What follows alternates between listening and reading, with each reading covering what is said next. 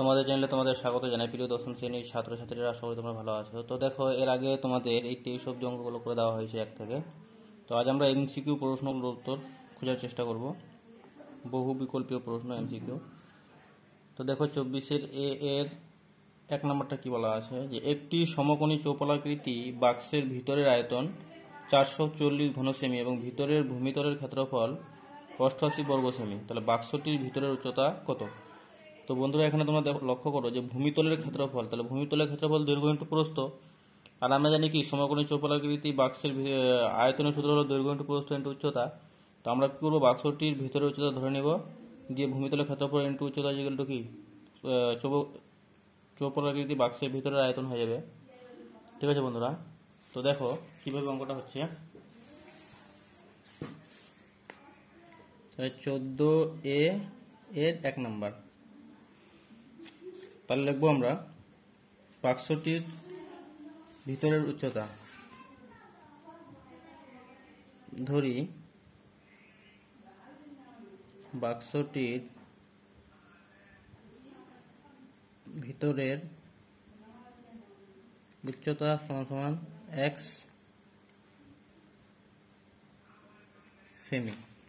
ঠিক আছে বন্ধুরা, তাহলে শর্ত মতে আমরা একবারই করে দেব। শর্ত মতে ভূমির ক্ষেত্রফল ইন্টু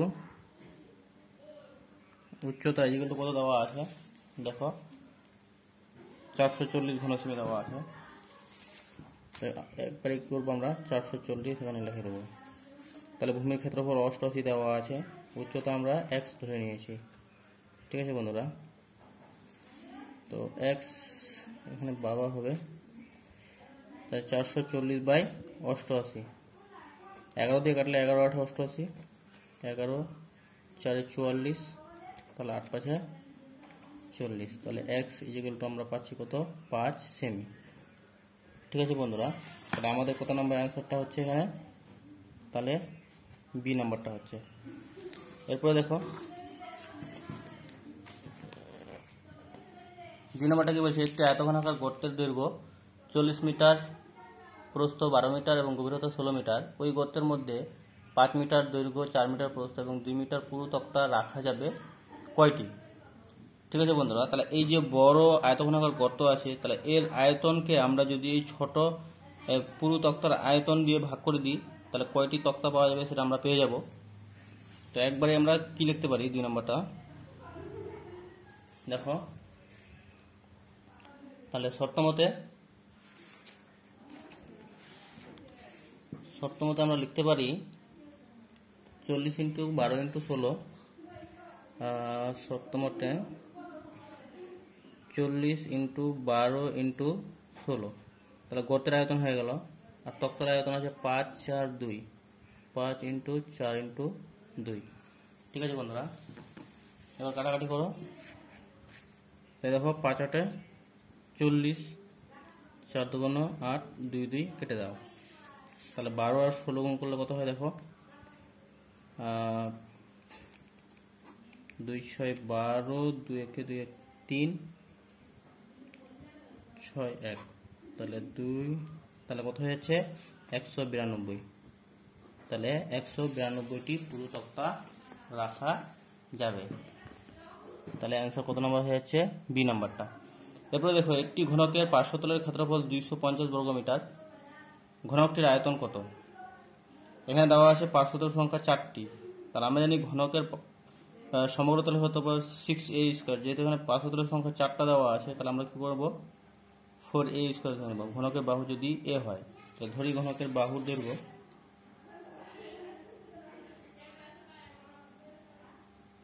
ধরি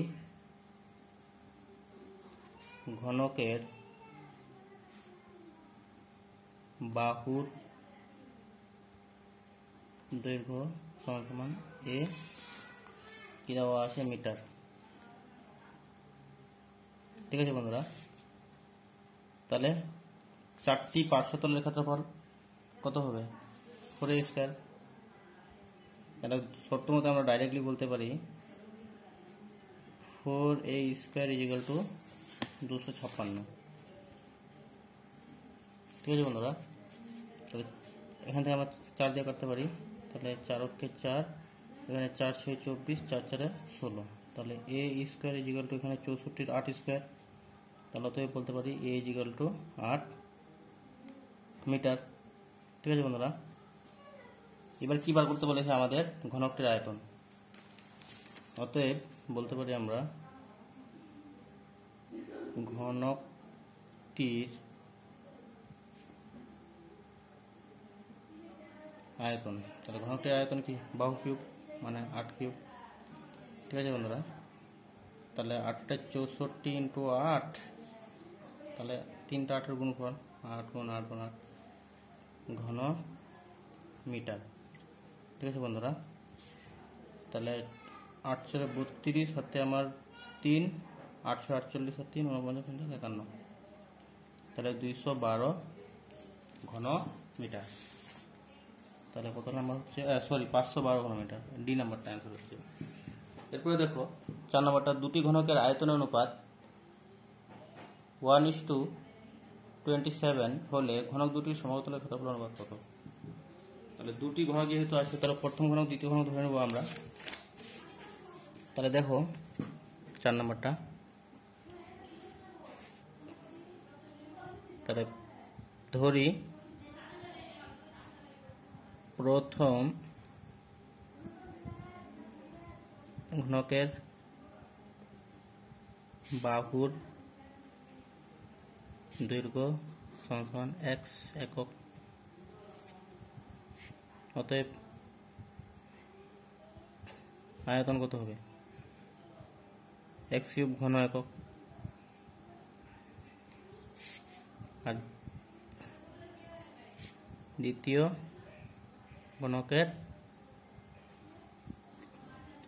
বাহুর দৈর্ঘ্য সমান y একক। অতএব আয়তন সমান y কিউব ঘন একক। তাহলে দেখো ঘনক দুটো আয়তন অনুপাত দেওয়া আছে 1:27। তাহলে আমরা শর্ত মতে বলতে পারি x cube y cube equal to কত? 1:27। ঠিক আছে বন্ধুরা, তাহলে x বাই y, তাহলে x কিউব y কিউব এখানে কত? তাহলে 1 কিউব আর 3-এর কিউব করতে পারি আমরা, কারণ 3-এর কিউব 27। তাহলে x বাই y এটা হোল কিউব করে দাও, তাহলে 1/3 এটাও হোল কিউব হয়ে যাবে। তাহলে কিউব কিউব ওই সাইডে কেটে যাচ্ছে। তাহলে x by y equal to কত? 1/3। অতএব x/y ইজিক্যাল টু কি?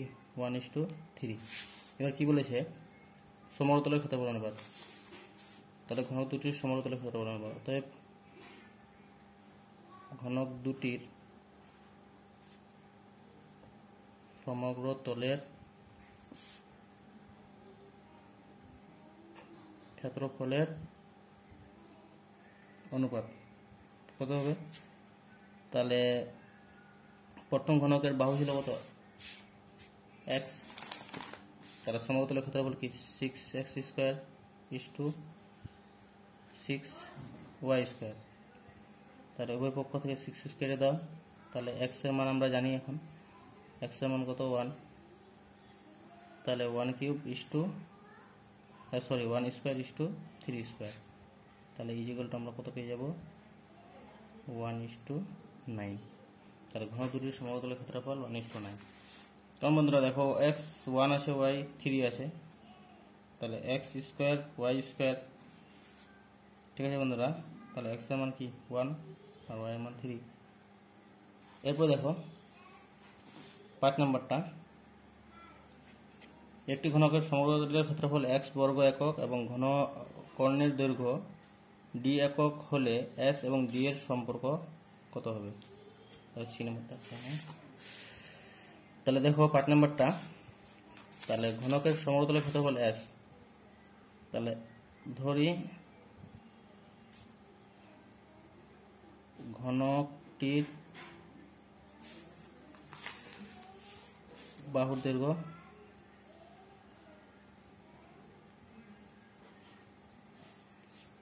বাহু দৈর্ঘ্য এ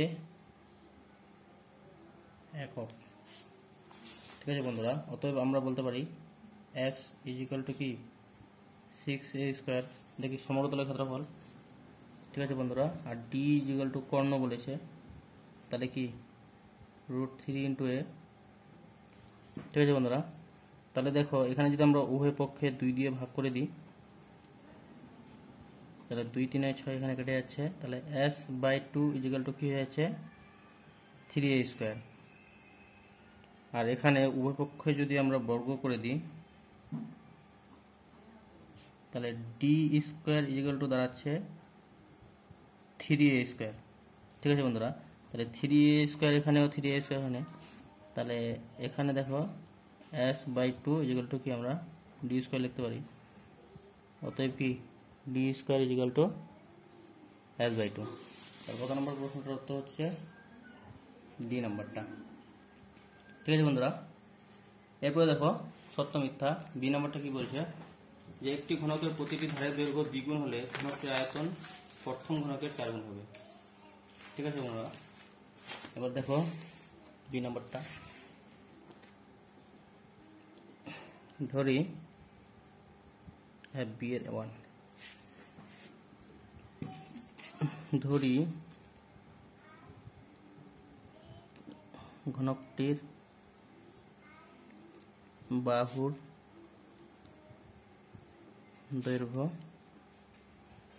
এ একক, তাহলে অতএব আয়তন কত হবে, যেহেতু ঘনক বাহু কিউব ঘন একক। এবার কি বলছে, ঘনক প্রতিটি ধারের দৈর্ঘ্য দ্বিগুণ হলে, তাহলে ধারের দৈর্ঘ্য দ্বিগুণ হলে তাহলে আয়তন হবে কত, তাহলে দ্বিগুণ করলাম প্রথমে, তাহলে হয়ে যাচ্ছে কি 8a³ ঘন একক।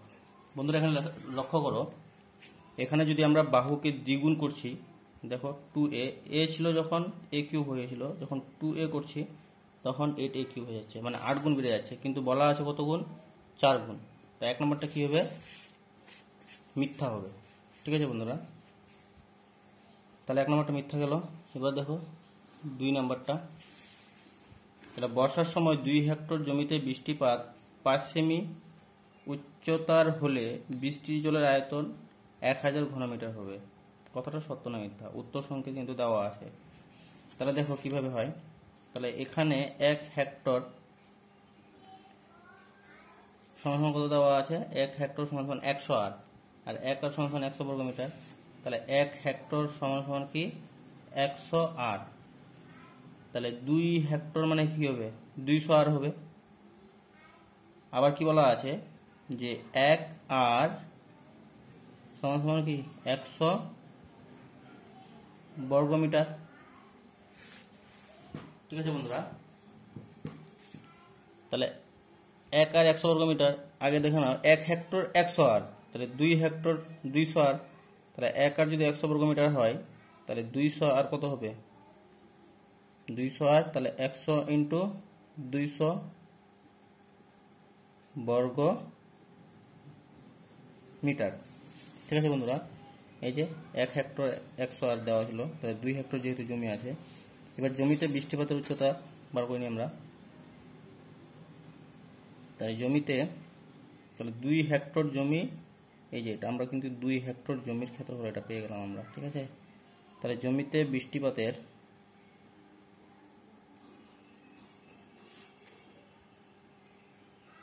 উচ্চতা সমান 5 সেমি। ঠিক আছে বন্ধুরা, তাহলে যেহেতু আমাদের মিটারে বার হয়েছে তাই মিটার করে নিতে হবে। তাহলে সেন্টিমিটার থেকে যদি মিটারে যায়, দেখো প্রথমে কি হয় মিটার, তারপরে কি হয় ডেসি মিটার, তারপরে কি হয় সেন্টিমিটার। তাহলে সেন্টিমিটার থেকে মিটার 2 ঘর যাচ্ছি, তাহলে 1-এর পিঠে 2টা 0, তাহলে 100 দিয়ে ভাগ, তাহলে 100 দিয়ে যদি 5কে ভাগ করা যায় তাহলে কত দাঁড়াবে 0.05 মিটার। অতএব জমিতে বৃষ্টিপাতের আয়তন। তাহলে আয়তন কি? দৈর্ঘ্য ইন্টু প্রস্থ ইন্টু উচ্চতা। তাহলে দৈর্ঘ্য ইন্টু প্রস্থ মানে কি? ভূমির ক্ষেত্রফল। তাহলে ভূমির ক্ষেত্রফল মানে কি? 100 ইন্টু 200, যেহেতু 2 হেক্টর জমি বলা আছে। ঠিক আছে বন্ধুরা, ওর সঙ্গে কি 0.05 উচ্চতা গুণ করে দিলাম।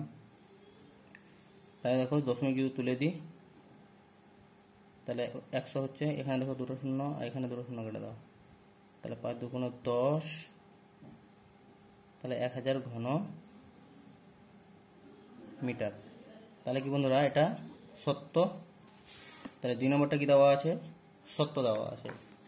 তাহলে 1 নম্বরটা মিথ্যা হলো, 2 নম্বরটা কি সত্য হলো। তাহলে 1 নম্বরটা মিথ্যা, 2 নম্বরটা সত্য। এবার দেখো সি নাম্বার, শূন্যস্থান পূরণ করো। তো একটি সমকোণী চৌকোণের কর্ণের সংখ্যা। তাহলে অবশ্যই একটি সমকোণী চৌকোণের কর্ণের সংখ্যা কয়টি হবে? 4টি। ঠিক আছে বন্ধুরা। আর একটি ঘনকের একটি তলের কর্ণের দৈর্ঘ্য ড্যাশ একটি ধারের দৈর্ঘ্য। তাহলে এখানে হয়ে যাবে 4টি, এখানে হয়ে যাবে কি √2। কেন √2 হচ্ছে? কারণ কি, একটা যদি বর্গক্ষেত্র হয় তাহলে বর্গক্ষেত্রের কর্ণের সূত্র কি? √ বাহু স্কয়ার বাহু স্কয়ার, তাহলে 2 বাহু স্কয়ার। তাহলে বাহুটা কি বাইরে বার করে নিলাম, তাহলে এর বাহু ইন্টু √2, তো √2 ইন্টু বাহু মানে একটি ধারের দৈর্ঘ্য। ঠিক আছে বন্ধুরা। তাহলে দেখো সমকোণী চৌকোণের দৈর্ঘ্য প্রস্থ উচ্চতা সমান হলে সেই ঘনবস্তুর বিশেষ নাম কি হবে?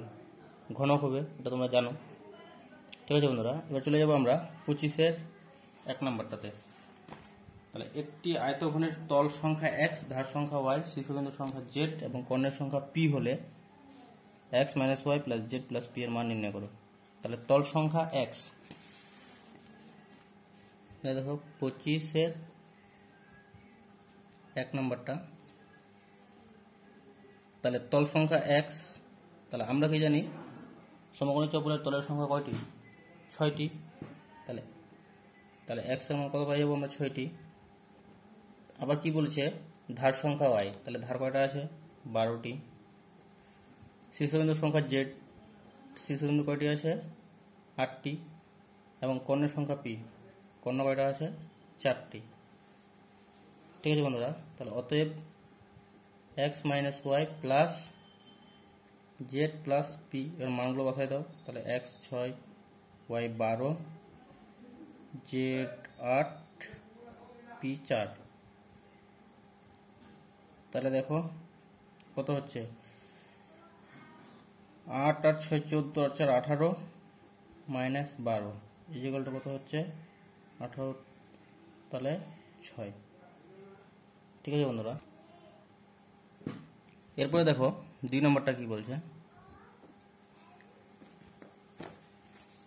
বলছে দুটি আয়তঘনের মাত্রাগুলির দৈর্ঘ্য যথাক্রমে 4, 6, 4 একক এবং 8, 2h - 1, 2 একক। যদি আয়তঘন দুটির ঘনফল সমান হয় তাহলে h এর মান কত হবে?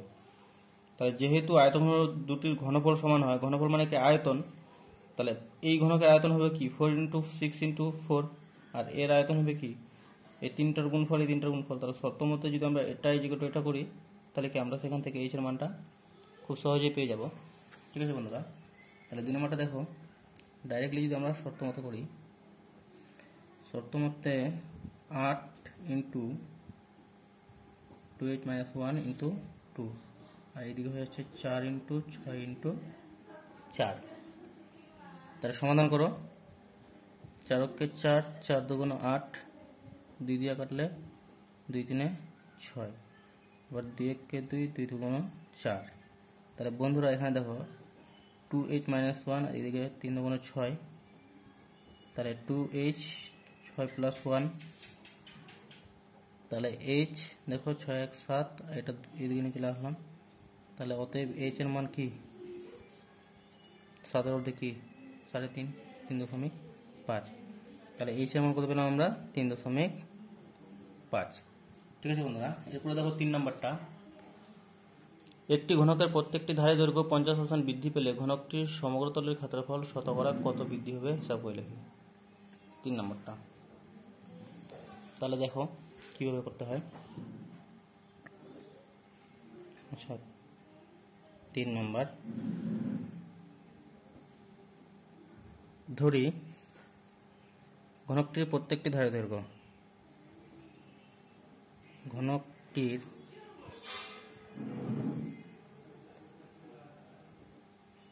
প্রত্যেকটি ধারের দৈর্ঘ্য এ একক, একক ধরে নিলাম, তোমরা এক্স ওয়াই জেড যে কোনো ধরতে পারো। ঠিক আছে বন্ধুরা, তাহলে ঘনকটির প্রত্যেকটি ধারের দৈর্ঘ্য এ একক। তাহলে অতএব আয়তন কত হবে? সরি, খুব কাটাকাটি হয়ে গেল। দেখো, তাহলে ধরি ঘনকটির প্রত্যেকটি ধারের দৈর্ঘ্য যদি এ একক হয়, তাহলে সমতলের ক্ষেত্রফল কত হবে? 6a² ঘন একক। ঠিক আছে বন্ধুরা, আবার প্রত্যেকটি ধারের দৈর্ঘ্য 50% যদি বৃদ্ধি করা হয়, তাহলে ধারের নতুন দৈর্ঘ্য হবে কত? a প্লাস a এর 50%, মানে 50/100। দেখো কাটাকাটি করো, তাহলে কত দাঁড়াচ্ছে? a plus a/2। তাহলে লসাগু 2 হচ্ছে, তাহলে 2a প্লাস a, তাহলে 3a/2 একক। তাহলে এখন সমগ্রতলের ক্ষেত্রফল, এখন সমগ্রতলের ক্ষেত্রফল, তাহলে 6 বাহু স্কোয়ার, তাহলে 3a/2 তার হোল স্কোয়ার। তাহলে এটা যদি আমরা সমাধান করি, তাহলে পেয়ে যাবো আমরা 6 × 9a² 4। তাহলে 2 3 4, 2 3 6, তাহলে 3 নং 27 a²/2।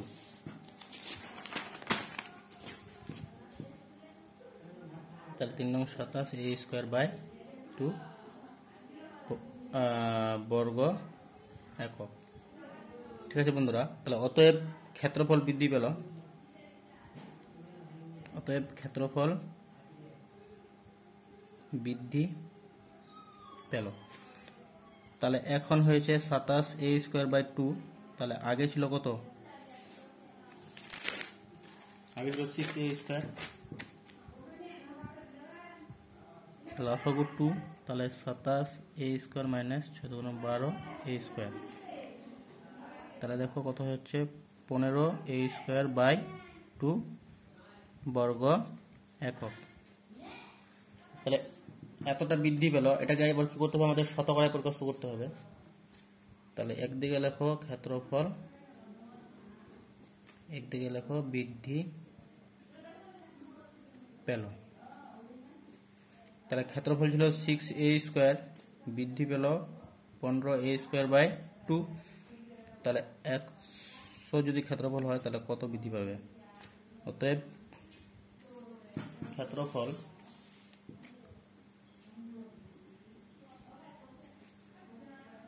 শতকরা বৃদ্ধি পেল সমান 15 a²/2 ইন্টু, যেহেতু সরল সম্পর্ক, ঠিক আছে, একটা সরল সম্পর্ক দাঁড়ালো। তাহলে 100টা চলে যাবে উপরে, 6a² নিচে। দেখো a² কেটে দাও। এবার 2 দিয়ে কাটলে এখানে হয়ে যাচ্ছে 50, হ্যাঁ 2 কে 2, 2 50 100, আর এটা যদি 3 দিয়ে 3 2 6, 3 পাশে 15, 2 দিয়ে কাটলে 25, তাহলে 25 পাশে 125। তাহলে ক্ষেত্রফল শতকরা বৃদ্ধি পেল 125%। ঠিক আছে বন্ধুরা, এবার 4 নম্বরটা। 4 নম্বরটা কি বলছে? যে 3টি নিরেট ঘনক যাদের প্রত্যেকটি ধারের দৈর্ঘ্য 3 সেমি, 4 সেমি, 5 সেমি, তাহলে ঘনক 3টিকে গলিয়ে একটি নতুন নিরেট ঘনক তৈরি করা হলো। তাহলে নতুন ঘনকটির একটি ধারের দৈর্ঘ্য কত হবে? ঠিক আছে বন্ধুরা, তাহলে দেখো 3 সেমি, 4 সেমি, 5 সেমি বাহু বিশিষ্ট ঘনক 3টির মোট আয়তন সমান কি? 3 cube plus 4 cube plus 5 cube. তাহলে 27, 64 125। তাহলে দেখো যোগ করলে কত হয়, 125, 64, 27, 7, 4, 11, 16, হাতে 1, 8, 9, 10, 11, তাহলে কত হয়ে যাচ্ছে 216 ঘন সেমি। তাহলে 216 ঘন সেমি হয়ে গেল। এবার আমরা কি করবো, তাহলে যেহেতু এই ঘনগুলোকে গলিয়ে বড় ঘনক তৈরি করা হচ্ছে, তাই নতুন ঘনকটির ধারের দৈর্ঘ্য ধরে নেব আমরা এক্স বা এ। তাহলে ধরি নতুন ঘনকটির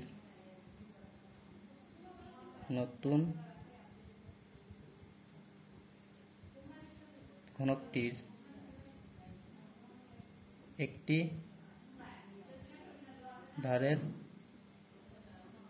দৈর্ঘ্য সমান সমান এ সেমি। ঠিক আছে বন্ধুরা, তাহলে অতএব নতুন ঘনকটির আয়তন কত হবে, এ কিউব ঘন সেমি। তাহলে শর্ত মতে আমরা বলতে পারি এ কিউব সমান সমান কি 216, তাহলে এ কিউব ইকুয়াল টু কি 6 কিউব, অতএব এ কত 6 সেমি। তাহলে অতএব নতুন যে বড় ঘনক তৈরি হবে তার বাহুর দৈর্ঘ্য হবে বা একটি ধারের দৈর্ঘ্য হবে 6 সেমি। ঠিক আছে বন্ধুরা, তো আজকের লাস্ট কোশ্চেন, সরি কারেন্ট চলে গিয়েছিল। তাই দেখো একটি ঘরের দুটি সমন্বয় দেওয়ালের দৈর্ঘ্য যথাক্রমে 12 মিটার এবং 8 মিটার। তাই ঘরটির উচ্চতা 4 মিটার হলে ঘরটির মেঝে ক্ষেত্রফল কত? তাই বন্ধুরা ঘরটির মেঝে ক্ষেত্রফল কত হবে, দৈর্ঘ্য ইন্টু প্রস্থ। তাহলে একবারেই ঘরটির